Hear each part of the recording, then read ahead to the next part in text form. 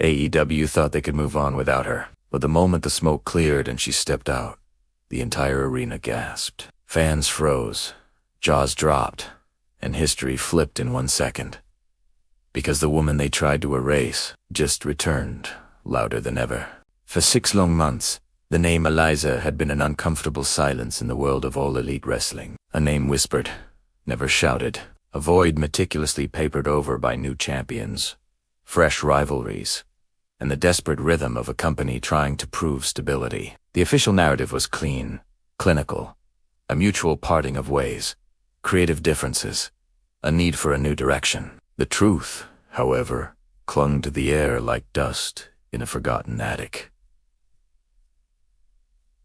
Fans felt it. They saw the missing piece, the unmatched intensity, the absence of the unpredictable spark that only she could ignite. Every match that followed her departure, no matter how good, carried a faint, echoing emptiness. It was the sound of a story abruptly silenced, a canvas left unfinished. The brass believed the memory would fade, that the machine of weekly television would simply roll over her legacy. They calculated the risk, weighted the potential PR fallout, and decided the cost of keeping her was higher than the cost of her absence. But what they failed to calculate was the emotional gravity she commanded. They forgot that you can't erase an artist's signature from a masterpiece simply by painting a new one over it. The main event had just concluded. A grueling, 30-minute epic for the Women's World Championship, ending in a clean but unspectacular victory for the reigning champion, a competent, polished, and ultimately safe wrestler. The champion stood in the center of the ring,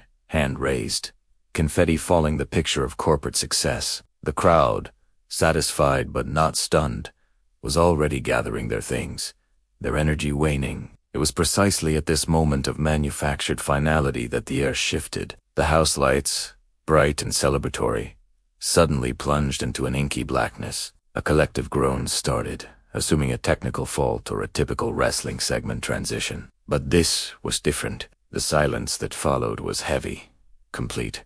It felt less like a darkness and more like a vacuum sucking all sound out of the building. Then, a single, crystalline nota haunting piano chord reverberated through the speakers. It was a melody no one had heard in 6 months.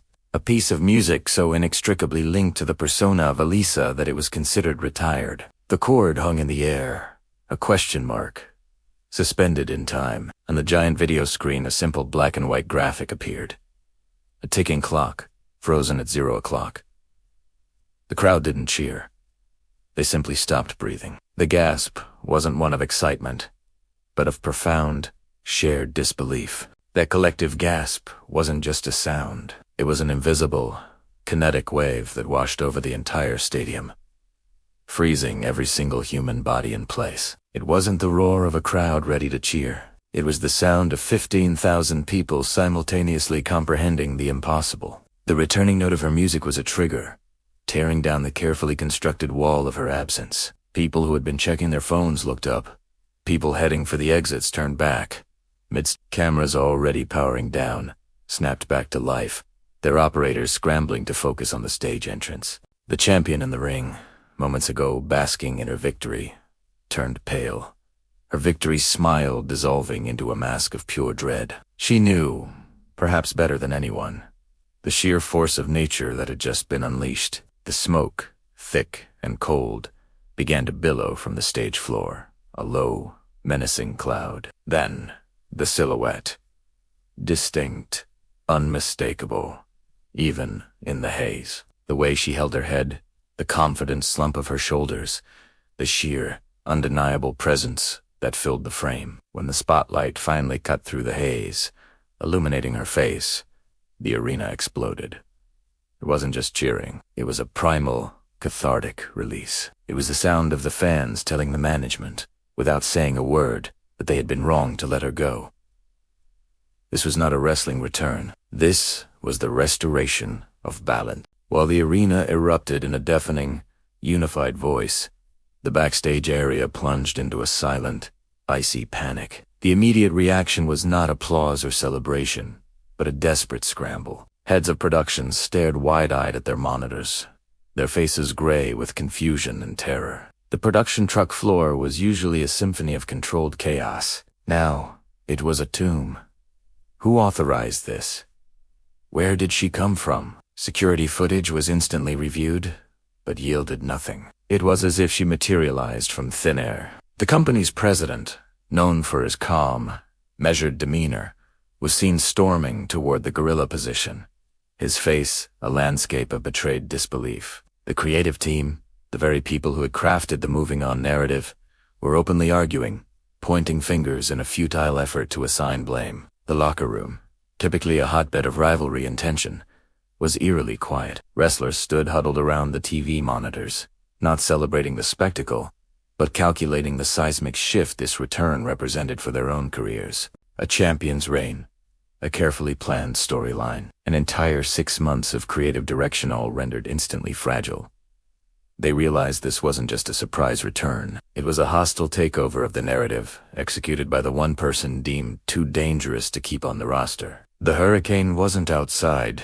It was swirling right in the center of their well-oiled machine. The company's executive team was locked in a conference room that night, the noise of the cheering crowd barely audible through the thick walls. The meeting was supposed to be a celebratory review of the successful pay-per-view. Instead, it was an interrogation. The central question was simple, yet devastating. How could one person completely derail a multi-million-dollar production? The president, slumped in his chair, wasn't yelling. His silence was far more terrifying. He had personally guaranteed her permanent removal, believing he had negotiated an ironclad agreement, a mutual promise of distance. He had underestimated the depth of her commitment to her own story, and, crucially, the loyalty of her unseen network within the industry. It was revealed that a single, trusted production member, a longtime friend of Eliza's dating back to her independent wrestling days, had orchestrated the entire sequence, the music, the lights, the exact timing, and had immediately vanished afterward. This wasn't a corporate leak. It was an act of personal defiance. The executives, caught between their need to maintain control and the undeniable, historic crowd reaction, were to publicly condemn the move would be to alienate the fan base completely. To embrace it would be to admit corporate failure. The conflict wasn't about contracts anymore. It was about public perception and the terrifying realization that the fans held the true power, and they had just emphatically voted for the woman the company had tried to discard. Meanwhile, the women's world champion was locked in her private dressing room, the newly won championship belt discarded carelessly on a bench. Her victory, which should have been the pinnacle of her career, now felt like a cruel joke, a footnote to a much larger, more resonant story. The crowd's reaction to Elisa was a public, nonverbal statement. You are not her. Her polished skill, her tireless work ethic, her corporate adherence all had been eclipsed in a single, deafening moment by raw, untamed charisma.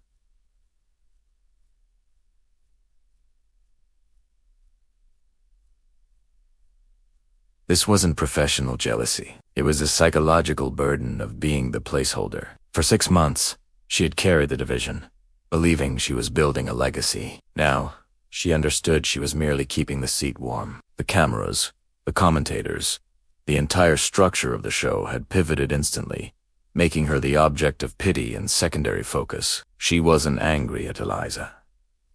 She was angry at the industry that prioritized viral shock over genuine dedication. The whispers had already started. Who cares about the champion now? The pressure was immense. She knew she couldn't simply go back to being the safe champion. Eliza's return demanded a response, a level of intensity and emotional storytelling she wasn't sure she possessed. Her future was no longer about defending a title. It was about surviving a war she hadn't started, against an opponent who had already won the first and most critical battle, the hearts of the audience. The following 48 hours saw media chaos, unlike anything AEW had ever experienced.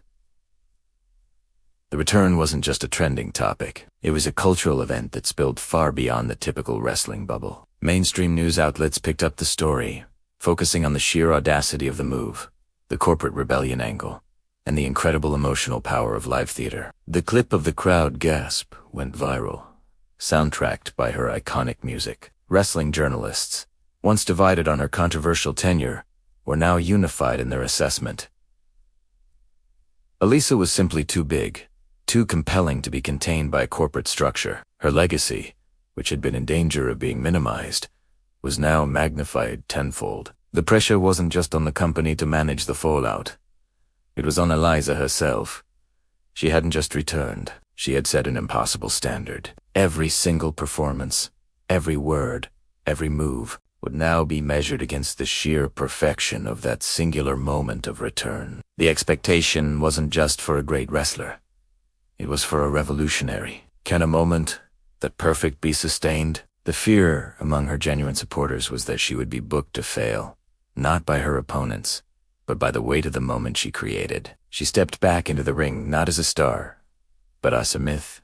And living up to a myth is the hardest performance of all. Away from the blinding lights and the deafening cheers, Elisa's family watched the footage with a mixture of pride, relief, and profound anxiety. They were the ones who had witnessed the true cost of those 6 months of silence, not the contract details or the creative squabbles, but the emotional toll of being told you are no longer valued, that your unique voice is an inconvenience. They had seen the sleepless nights, the relentless training, the quiet determination to prove the executives wrong. For them, the return wasn't a shocking plot twist. It was the inevitable climax of a deeply personal struggle for validation. Her father, a man of few words, simply said she finally took her story back.